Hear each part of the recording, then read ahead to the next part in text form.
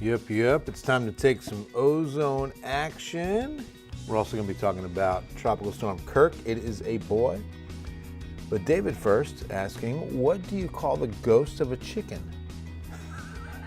Yes, a poultrygeist. Hey Ray, what do you call the ghost of a chicken? Chicken. A poultrygeist. Yeah, I like that one a lot. A poultrygeist. Come on, man. That's really good. Uh-oh. I'm trying to switch it over. Ozone action alert. Here we go.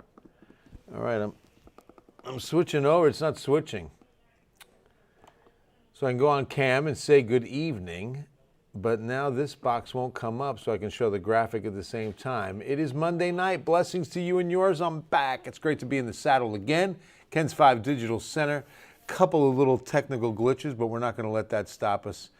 It's an ozone action day tomorrow. This is important because what happens is a lot of bad ozone will be created at the surface. We've been hot, and we're going to have light winds. We've got high pressure and control. All those are ingredients to cook up a lot of bad ozone.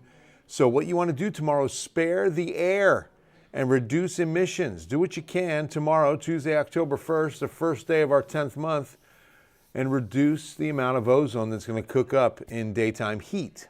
See, it's really between the hours of 1 and 6, 2 and 7, right in those afternoon hours, that you want to reduce emissions. You want to try not driving the car around, not filling up your gas tank, not cutting the grass. Don't sit in a drive-through, letting your car idle. Those are the things you want to try to avoid during the heating of the day. So because of those ingredients and because of the bad ozone that'll be created, tomorrow is a weather impact alert day, as we are asking you to spare the air. So you want to stay inside. If you have COPD, if you have asthma, the afternoon heat and that added ozone in the atmosphere is going to make it a little bit tougher on your breathing. You're going to feel that difference tomorrow. And then hydrate. That's what, under the need column, what you need to be doing is hydrating, because we're going to also be talking about the heat. That's another reason why tomorrow's a weather impact alert day. Even if it was without the ozone, we were going to have a weather impact alert day because of the heat on Tuesday. Some 10 to 12 degrees above seasonal average. Now you might be wondering about records. Well, I can tell you that we're not hitting a record after record, but tomorrow I think we tie it. So today we were 1 or 2 degrees short. I'll take a look and show you, but tomorrow I think we hit it on the nose. A 1989 record of 97. Then on Wednesday, I think we flirt with it, hitting 95. By Thursday, we should stay shy of the 1979 record, 98. Let's talk about today. We were close. It's also going to show you from San Antonio International. There's a live picture at 9:22. Where we should stop this time of year. 87 is the average high. So we're nearly 10 degrees above average with 95, and only that 1 degree away from a 2019 record of 96. So I do think, again, we tie a record tomorrow, but the bigger story, look at these winds. We're not expecting them to get over 10 miles an hour on Tuesday, maybe a little bit Tuesday night. And then they're a little bit breezier on Wednesday. That's why I don't think we'll see an ozone action day on Wednesday. We should be done with those come tomorrow. But Wednesday will be a weather impact alert day because of the heat. All right, it's a boy. Bottom right-hand corner of your screen, eastern, southeastern, Atlantic. It's Tropical Storm Kirk. Our newest named storm is out there. You can also see Isaac and Joyce, 2 named storms that are roaming the central and northern Atlantic. Now, the next name might come out of this system right here. Southern Caribbean. This will develop over the next few days, and then in the next 5 to 7, has about a 50 to 60% chance of developing in the Western Caribbean and then cruising into the Gulf of Mexico. So it's going to be several days before this will impact the Gulf Coast. But right now it does appear that this storm would go straight north or take a right closer to Florida. Here's why. A lot of times, now that we're getting cold fronts, not that they're cold fronts, they're not as hot fronts, right? Not as hot fronts. Now that we're getting those, a lot of times the storms are steered into the central and eastern Gulf, and it's very unlikely for storms to hit the Texas coast in October.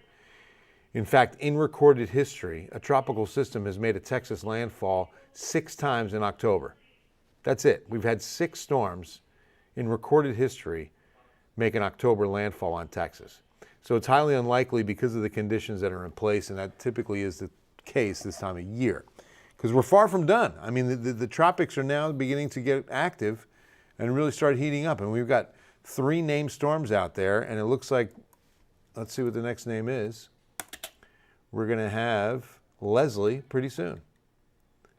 Because we had Helene, Isaac, Joyce, we just got Kirk, and now next up will be Leslie. So again, I think it will be in the Gulf of Mexico, but again, it's going to be more than a week away.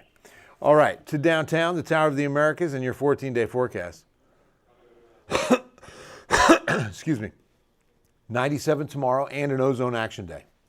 Do what you can to spare the air. Second day of October, and it's another weather impact alert, and it's because of the heat.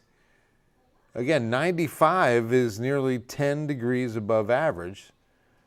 So we're looking at, again, an impact on your day, Wednesday. Thursday, we drop it because it's down to 94. We're getting closer, 92 on Saturday, 10% chance of a much-needed shower. And there they are, some 80s, but we're talking about 89. I mean, it's barely 80s on Tuesday, Wednesday, October 8th and 9th, and then a slight chance of rain by Monday the 14th, but really no rain expected. Lise, what's going on? Yeah, definitely not a cold front yet. Prayers for the yes, Sarah. God bless the residents and the families that are left behind in the tragedy that has hit the Southeast, North Carolina, South Carolina, Georgia. There are still so many missing. Lord, have comfort and peace on the families that are searching for their loved ones. There are so many people still unaccounted for, and we just pray for their safety tonight. Thank you, Sarah. That's awesome. Paul, great to see you, my man. Great to see you. Love you too, Gabriella. So yeah, guys, the heat's not really going to be changing much, and as you can tell, we're not seeing much of a chance of rain anytime soon. 10% Saturday, 20% next Monday. Just not a promising chance of rain. A pretty dry forecast as we move forward. I love you guys. I hope you can join us for Ken's 5 News at 10. God bless you all. We'll see you at 10.